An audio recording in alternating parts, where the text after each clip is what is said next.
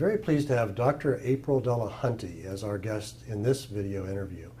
And this is the first week of our course. We're thinking about the scope of pharmacy practice this week, and I'm going to introduce to you a very high-performing specialist, actually, in hospital practice. So we're going to think about hospital pharmacy practice in a more fundamental way, and then we'll talk more about what April's doing.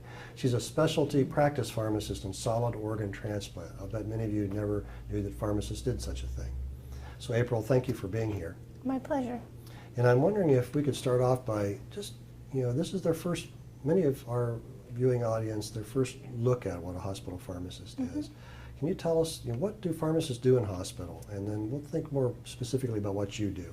Sure. So pharmacists are really involved in all levels of medication, I guess, and patient care throughout the hospital. So one of the primary responsibilities of the Department of Pharmacy and of pharmacy is, of course, drug distribution. So we have pharmacists responsible and pharmacy technicians that work with them for,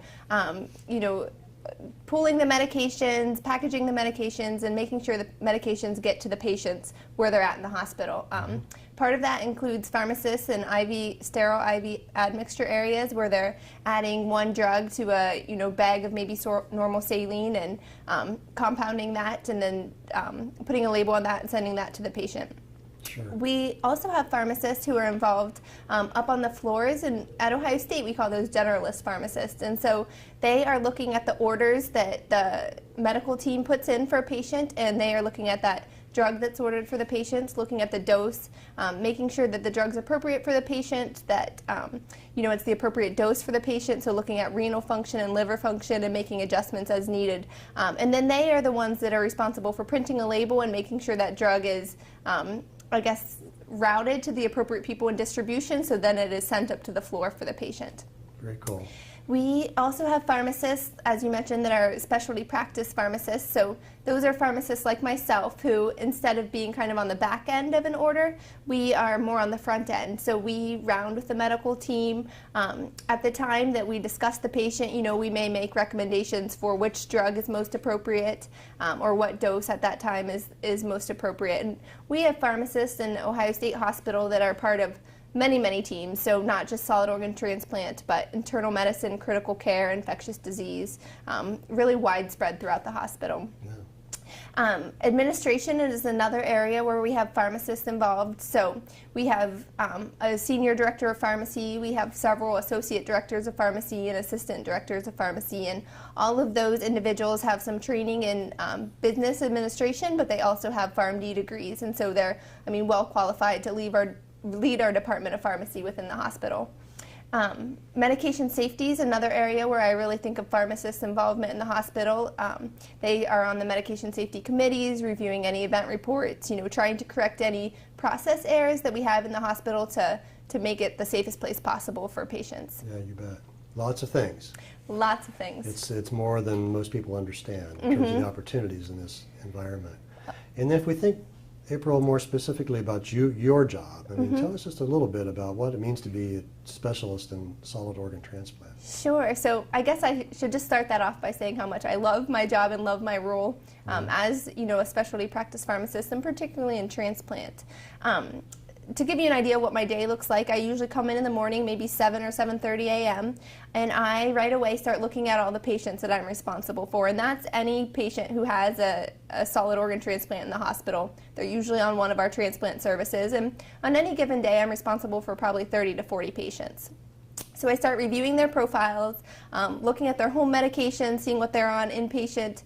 I often will go up and talk to the patients at this point to clarify what they were on at home or what they were actually taking versus what they were prescribed to be on at home. And really, I'm doing all of this kind of gathering information and preparing for rounds. So maybe around 10 o'clock each day, and sometimes that varies because I work with surgeons and they're in and out of the OR.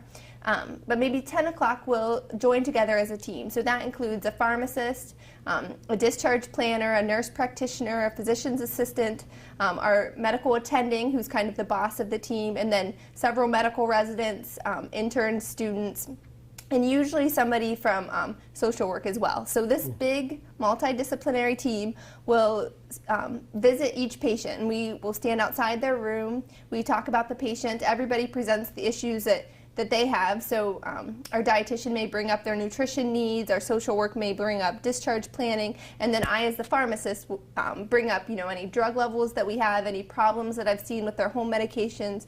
Drug interactions is a big thing. If they're infected, looking at their antibiotics, making sure those are appropriate. So as a team, we really come up with a plan for that patient, and then we work to implement that plan later in the day. So we spend anywhere from an hour to 3 hours a day rounding on all those patients. Yeah. Again, it's a part of the pharmacy world that many people don't have any insight into and understanding how this happens. I'm sorry, but it's a piece of pharmacy that I never knew about until I really got my foot in the hospital and started experiencing it as well. Yeah. You're forecasting a lot of the things we're going to learn in this course, April. So, we're going to learn about unit dose, drug distribution, IV admixture, and medication safety, and all these things. And you've touched on things like transitions of care, kind of discharge planning, and all that. Mm-hmm. So I want our students to really pay attention and I also want to point out that many of the things that you've done in terms of training will be things we'll study. So you've completed a residency. Yes, you've also been board certified. Yes, yeah. So I started off by graduating with my PharmD in 2008 from Ohio State University. I then completed a PGY1 residency in pharmacy practice, and that was in the hospital. And during that residency, I spent 1 month in a different area, and that changed every month. So, for example, I started off in solid organ transplant just by chance. Then I went to internal medicine, critical care, spent a month in HEMONC. But really just getting more general knowledge and experience to really add to what I'd learned as part of my PharmD degree. Mm-hmm. I then went on to complete a specialty practice residency, or what we call a PGY2, which is just postgraduate year 2, and that was exclusively in solid organ transplant. So I spent an entire year learning about kidney, liver, pancreas, heart, and lung transplant. Yeah. And that's when I finally completed my training. Started my job as a specialty practice pharmacist, and then within the first year or two of becoming a specialty practice pharmacist, I started studying for the BCPS exam and became board certified. Yeah, and we'll learn about all of that. So you're really doing a nice job of kind of setting the stage for us. Great. And I have a fundamental question for you, mm-hmm. April. So, you're among the first guest practitioners that our students will meet. Mm-hmm. And we're going to be meeting some people who work in community practices and ambulatory care and different kinds of clinical environments, hospital practices, and the rest. And I think if we think about the kind of two big chunks of where people work, community mm-hmm. practice and hospital. So for you, why did you make that decision to go hospital versus community? It's a really great question. And to be honest, during pharmacy school, I always saw myself in the community in the future. And a big part of the reason for that is because in my mind, I thought that hospital pharmacists worked in a basement, they didn't see patients, all of their patients were maybe intubated in the ICU, mm-hmm. And I really didn't have a good understanding for the level of impact a pharmacist could have as part of a team in the hospital, and I didn't have a good understanding of the level of involvement in patient care that you could have. So once I got out and did some rotations and then, elected to do a first year in the hospital of residency training, I really learned that yes, in some areas of hospital practice, you don't see the patients a lot. A night shift pharmacist may not have the opportunity to be up on the floor interviewing their patients. Mm-hmm. A pharmacist who works in critical care may not have the opportunity to interact, with their patients and develop relationships with them. There are certainly pockets of hospital care where you can make that, develop that relationship with your patients, and transplant is certainly one of those. Internal medicine, there's a lot of others, but transplant is just one I found a real passion for. Mm-hmm. So I kind of made the decision, that hospitals so much more than I ever thought it was, and really fell in love with the type of relationships I was able to develop there, but also the fact that when a patient's in the hospital, you have all of the players at the table at the same time. So instead of seeing a patient in clinic and saying, gosh, I wonder what his cardiologist thinks, let's send him there and 2 weeks later I'll see him back. We can consult cardiology right there, and they can come see that patient later today, and by the end of the evening, we have that question answered and we have that patient's taken care of from all aspects of care. So having all of those players right there and me being able to interact with them on a daily basis is really what has led me to stay in hospital. And you've kind of also made me think about a big theme of our course too. We're going to talk a lot about the fact that collaborative practice is really important, and whether that's wherever that is. The more we can practice together, the better off we are. And you've talked a little bit about your practice in your solid organ transplant service, and a little bit even now about consulting and things. How do you feel in terms of, I mean, how does this, is there anything you want to add to that, how this team really collaborates? I feel like collaboration is the key to the future of patient care. I mean, I, as a pharmacist, do my absolute best to make sure every aspect of, medication therapy is taken care of, but when it comes to the patient's dietary needs, when it comes to their discharge planning, I mean, I, am not able to help in those areas to the degree that the patient needs. And I feel like our attending physicians, have really bought into the collaborative practice model, which is, makes for a great environment to work with. But our physicians see that as well, that, they can do the best job diagnosing the patient's problem, but if they go home and they can't afford their medications, or they go home when they should have been in a, skilled facility that could help take care of them, that patient's going to end up right back in the hospital. So getting all of those players involved and, really taking the optimal care of the patients is, I think what we're going to see more and more of in the future. Yeah, it really makes sense.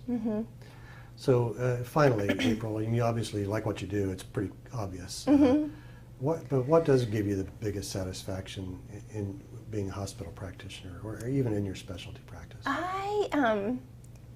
Transplant is just unlike anything else. We are giving these patients a second lease on life. And of course, I love being involved in transplant because I love seeing the patients who've been on dialysis for years now have a kidney and be able to go back to work and be out in the community, to be able to have kids again.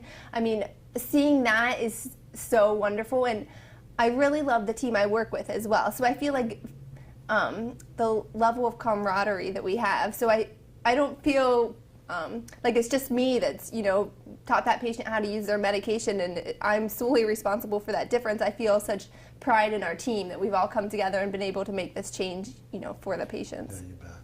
Well, it's a good way to start off our first week in the course. Thank you for being with us. Good luck to you. You are welcome. Thank you.